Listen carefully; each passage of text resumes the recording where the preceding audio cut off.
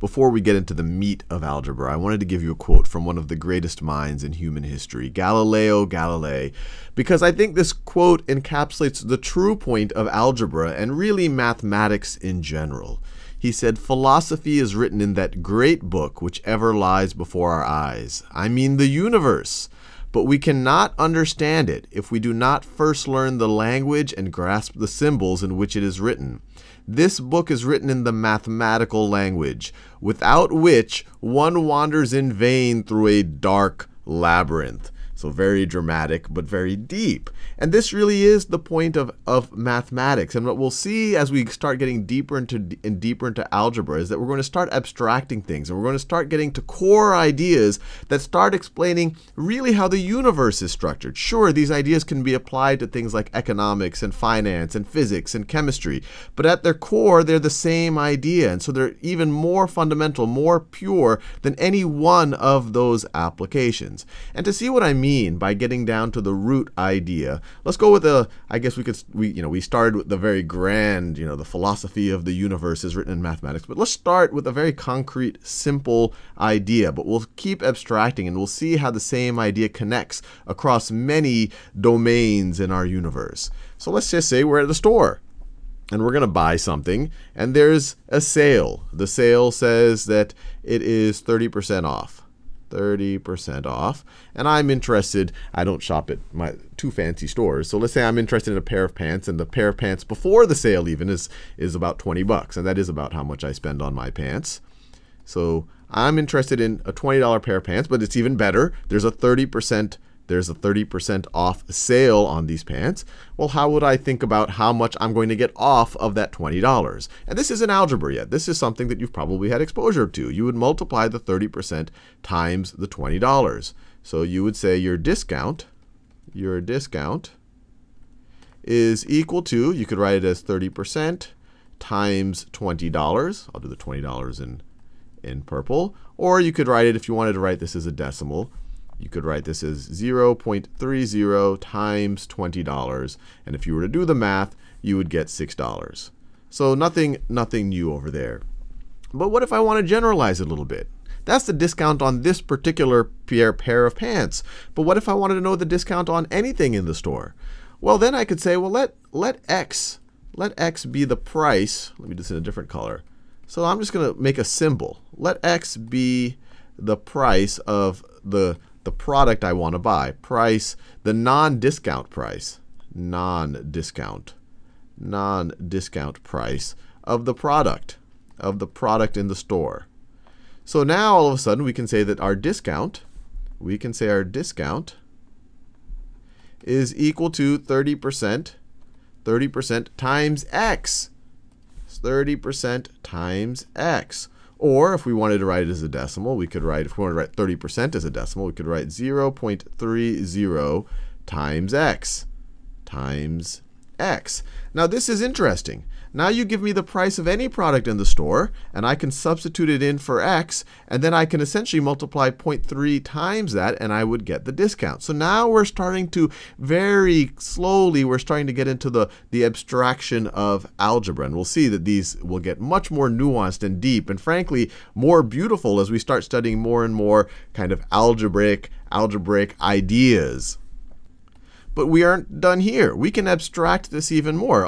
Over here, we've said we've generalized this for any product. We're not just saying for this $20 product. If there's a $10 product, we can put that $10 product in here for x, and then we would say 0.30 times 10, and the discount would be $3. It might be a $100 project, then the discount would be $30. But let's generalize even more.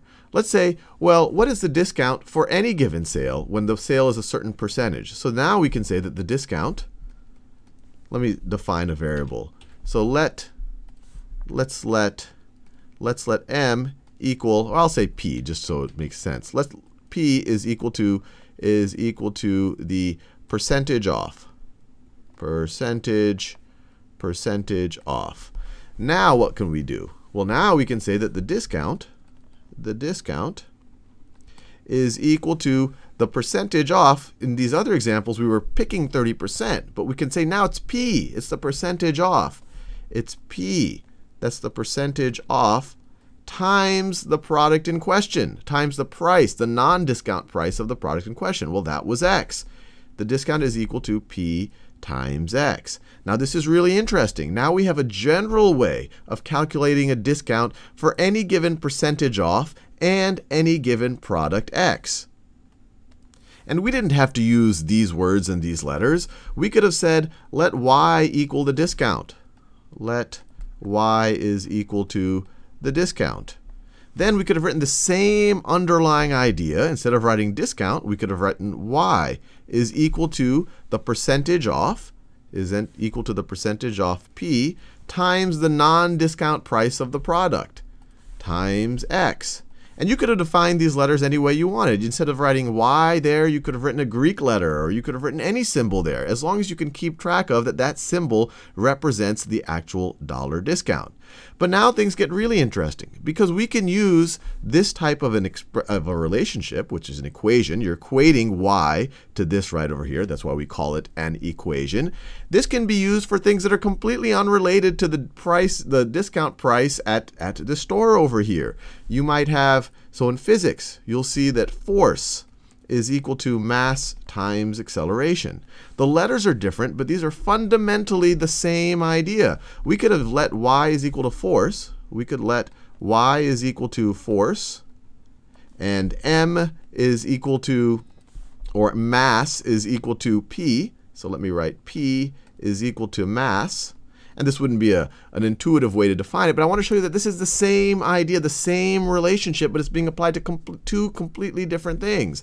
And we could say x is equal to acceleration. We could say x is equal to acceleration.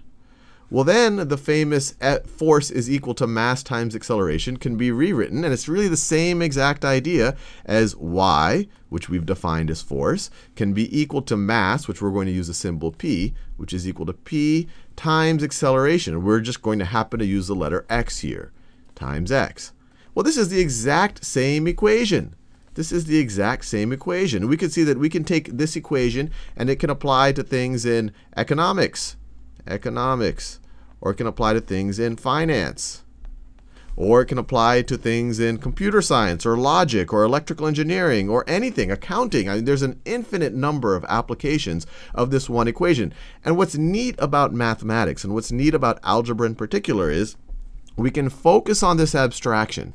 We can focus on the abstract here, and we can manipulate the abstract here.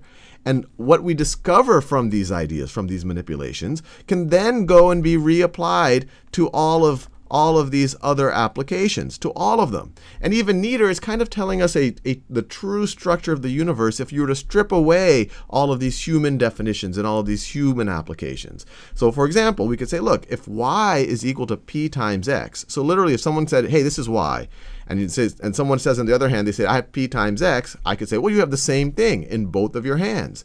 And if you were to divide one of them by a number, and if you wanted them to still be equal, you would divide the other one by that number. So for example, let's say we know that y is equal to P times x. What if you wanted to have them both be equal, and you say, well, what is y divided by x is going to be equal to? Well, y was equal to P times x, so y divided by x is going to be the same thing as P times x divided by x. But now this is interesting, because P times x divided by x, well, if you multiply by something and then divide by that something, it's just the same. You're going to get your original number. If you multiply by 5 and divide by 5, you're just going to start with P, or whatever this number is. So those would cancel out.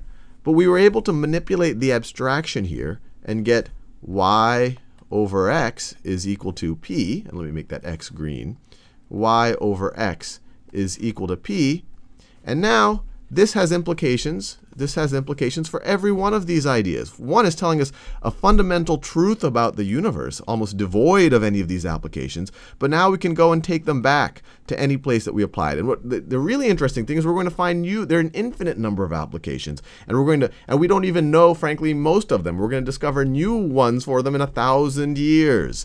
And so hopefully this gives you a sense for why Galileo said what he said about really mathematics is really the language with with which we can understand the philosophy of the universe. And that's why people tell us that if a completely alien life form were to ever contact humans, mathematics would probably be our first common ground, the place that we can start to form a basis that we can start to communicate from.